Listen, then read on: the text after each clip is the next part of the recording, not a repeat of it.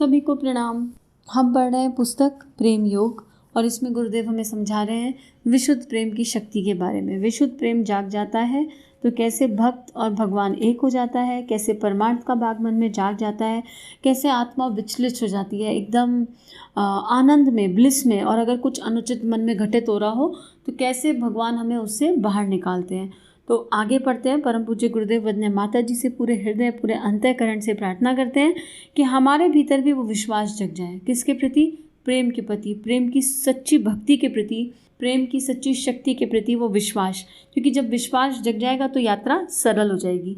अगला अध्याय गुरुदेव सिख बता रहे हैं, प्रेम साधना द्वारा विश्व आत्मा की अनुभूति। कितना हेडिंग ही कितना सॉलिड लग रहा है ये तो। विश्व आत्मा मतलब विश्व की आत्मा कौन है, उसकी अनुभूति प्रेम साधना मतलब फीलिंग ऑफ वननेस या फीलिंग ऑफ ब्लिस। इसमें गुरुदेव क्या लिखते हैं, अपने आप से प्रेम करके अपनी प्रसुप्त आत्मशक्तियों का किस प्रकार विकास किया जाए। अपने पड़ोसी, अपने स्वजन संबंधियों से लेकर ग्राम, नगर, प्रदेश, देश और विश्व के मानव मात्र में प्रेम का प्रतिरोपण करके किस प्रकार मनुष्य जीवन में स्वर्गीय परिस्थितियों का आविर्भाव किया जाए और फिर किस प्रकार उससे भी आगे बढ़कर सृष्टि के इतर मानव प्राणियों, पेड़ पौधों तथा निर्जीव वस्तुओं तक से प्रेम भाव की घनिष्ठता स्थापित करके किस प्रकार विश्वात्मा की अनुभूति, साक्षात्कार और पूर्ण आनंद की प्राप्ति संभव है। इन नियमों की निश्चित प्रक्रियाएं भले ही हमें ज्ञात न हो तो भी मानव जाति का अस्तित्व केवल एकमात्र प्रेम के लिए टिका हुआ है। ऐसा गांधी जी भी कहा करते थे। अभी गुरुदेव कह रहे हैं कि जब प्रेम जाग जाएगा ना अंदर तो कुछ भी अलग नहीं रहेगा। फिर जड़ चेतन सबसे वो प्रेम होगा। फिर ऐसा नहीं लगेगा कि ये पेड़ है, ये पौधा है, ये निर्जीव वस्तु है, ये सजीव वस्तु है, कुछ नहीं, सबके प्रति प्रेम होगा ही होगा मन में। अब मुझे यहाँ पे फिर ठाकुर का एक एग्जाम्पल याद आता है। ठाकुर लीला जो है, ठाकुर मतलब ठाकुर रामकृष्ण परमहंस, उनके लीला प्रसंग में इतना सुंदर लिखा हुआ है दृष्टांत, और वो जब पढ़ो तो वो पूरा वाइब्रेट होने लगता है अपने अंदर।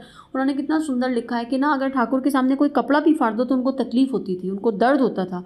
उनकी वो फीलिंग ऑफ वननेस इतने हाई लेवल पे, सर्वोच्च लेवल पे थी कि उनको जड़ चेतन सब जगह वो परमात्मा तत्व दिखाई पड़ता था। वो उसे जी रहे होते थे, उसे महसूस करते थे। ऐसे स्वामी विवेकानंद जी का बताते हैं कि कभी खाना नहीं खाए तो नहीं खाए, कितने टाइम नहीं खाए, लेकिन जब खाते थे तो 50, 60, 70, 80 रोटी भी खा जाएंगे। क्यों खा जाएंगे? क्योंकि उनको कहीं पे रोटी नहीं दिख रही होती, उनको जड़ नहीं दिख रहा होता था। उनको हर जगह वो परमात्मा की उपस्थिति, उनके लिए वो प्राण था। तो जैसे उनको ये हवा दिख रही है तो उनके लिए हवा खाली हवा नहीं थी, वो भी वही प्राण था और रोटी भी वही प्राण था। तो वो चेतना उस लेवल पे पहुंच जाए। हालांकि ये बहुत बड़े बड़े लेवल्स हैं, लेकिन हमारे सामने एग्जाम्पल तो सेट कर ही गए गुरुदेव अपने ठाकुर स्वरूप में, विवेकानंद जी अपने स्वरूप में। तो हम उस और कदम तो बढ़ा ही सकते हैं। पहुंचेंगे या नहीं पहुंचेंगे ये तो हमें सोचना ही नहीं। प्रेम का मतलब ही है कि अपना कर्म करते रहो, फल भगवान के हाथ में है। तो पहुंचेंगे या नहीं वो बात की बात है, लेकिन एग्जाम्पल तो सेट कर गए। तो हम जैसे मैथ्स में इक्वेशन सॉल्व करते हैं, पहले मान लेते हैं A=B, तो थोड़ी देर पेड़ पौधों के साथ, जीव जंतुओं के साथ, जड़ चीज़ों में और चेतन चीज़ों में, हर जगह आप कहीं से स्टार्ट करें। तो सबसे पहले स्टार्टिंग करने के लिए हम ये मान लें प्राणी मात्र में हम जो है भगवान को, उस परम तत्व को देखेंगे। तो गुरुदेव कह रहे हैं कि वो जो अनुभूति मन में होती है वो आत्म साक्षात्कार की ओर ले जाती है, वो पूर्ण आनंद प्राप्त कराती है। तो प्रेम की शक्ति समस्त भौतिक शक्तियों से बढ़कर है। यही वह भाव है जो छोटे से केंद्र जीवात्मा को विराट जगत से जोड़ने में समर्थ हो पाता है। प्रेम ना होता तो सृष्टि में टकराव और संघर्ष इतना अधिक बढ़ जाता कि उसका अस्तित्व 2 दिन भी टिकना असंभव हो जाता। वैज्ञानिक बताते हैं कि परमाणुओं के बीच जोड़ने वाली सत्ता विद्यमान ना हो तो पृथ्वी के टुकड़े टुकड़े हो जाएं। जड़ परमाणुओं को एक आकर्षण जोड़ के रखता है, उसी प्रकार चेतन प्राणियों को भी एक आकर्षण, एक ही केंद्र भीमसारी बल बांधकर रखता है, और वो प्रेम है। प्रेम की कला में हम जितने पारंगत हो सकते हैं उसी अंश में अपना विकास कर सकते हैं। ये एग्जाम्पल तो बहुत ही सुंदर एग्जाम्पल है कि हम इस पृथ्वी पर जुड़े हुए हैं। तो साइंस भी प्रूव कर रही है कि भैया 2 परमाणुओं के बीच कोई तो चीज़ है जो उनको बांधकर और जोड़कर रख रही है, और अगर वो नहीं बंधे, वो नहीं जुड़े आपस में, तो फिर पृथ्वी टुकड़े टुकड़े होकर बिखर जाएगी। और ऐसे ही हम लोग हैं। ह्यूमैनिटी की फीलिंग तो हम सबने फील करी है। आप सड़क पे जा रहे हो, मान लो भगवान न करे आपने किसी को दुख दर्द में देखा, तो मन में एक आहा नहीं आती, एक टीस नहीं आती है ना। तो वो टीस क्या है, क्यों आ रही है? वो तो स्ट्रेंजर है सामने वाला, हम तो नहीं जानते उसको, लेकिन फिर भी किसी को देख कर, या हम कोई दुख की न्यूज़ सुनते हैं, कभी किसी के बारे में पता चलता है कि किसी के साथ ऐसा घटित हो गया, तो मन को एक आहा, एक करुणा, एक रुदन, एक अलग सा पेन फील नहीं होता है।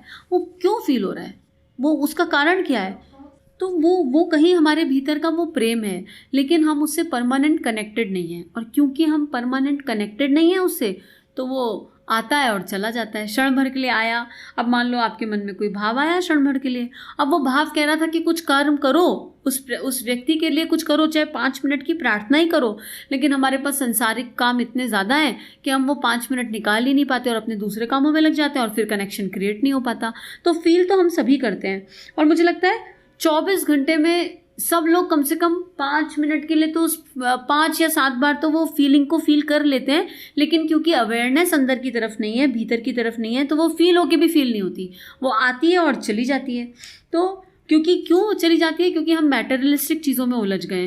क्या खाना है, क्या बनाना है, क्या खरीदना है, क्या शॉपिंग करनी है, शरीर को क्या चाहिए, स्वार्थ पूर्ति कैसे होगी, हम उन सब चीज़ों में इतना उलझ गए हैं कि वो दिव्य अवस्था आती है, और हम रोज़ आती है, रोज़ एक बार आती होगी, और हम उसको जाने देते हैं। आगे गुरुदेव लिख रहे हैं, भौतिक आकर्षण और सामान्य स्वार्थों की पूर्ति के लिए मेल मिलाप जैसा ही आकर्षण होता है, और चूँकि उसमें प्रारंभिक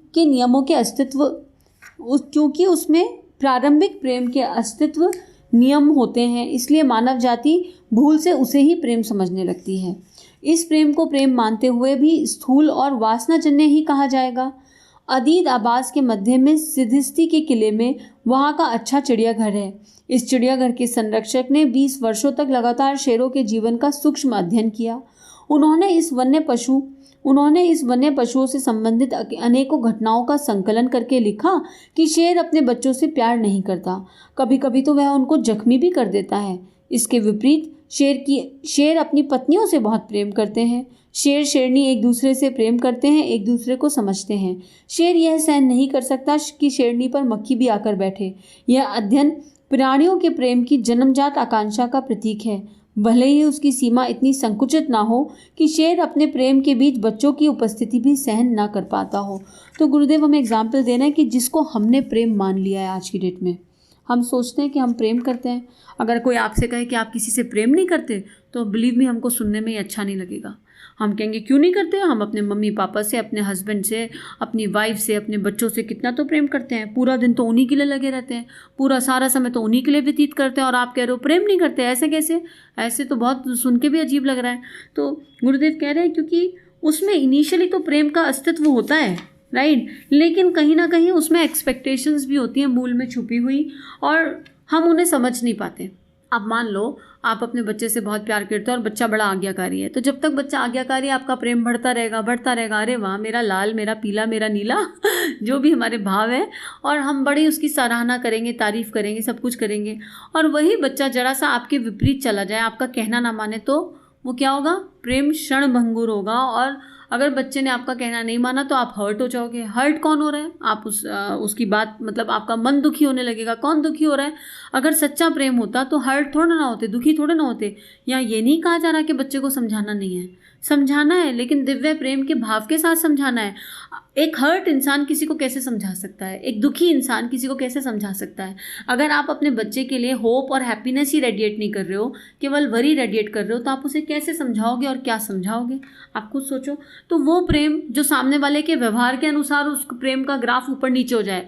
आज मेरी वाइफ मेरा सारा कहना मान रही है, मेरा रोल प्ले मेरे लिए जो भी परफेक्ट है वो कर रही है, तो प्रेम बहुत बढ़ गया बढ़ गया बढ़ गया। और फिर किसी दिन उसने कहना नहीं माना और अपनी मर्जी से कुछ कर लिया, तो प्रेम घट गया घट गया घट गया।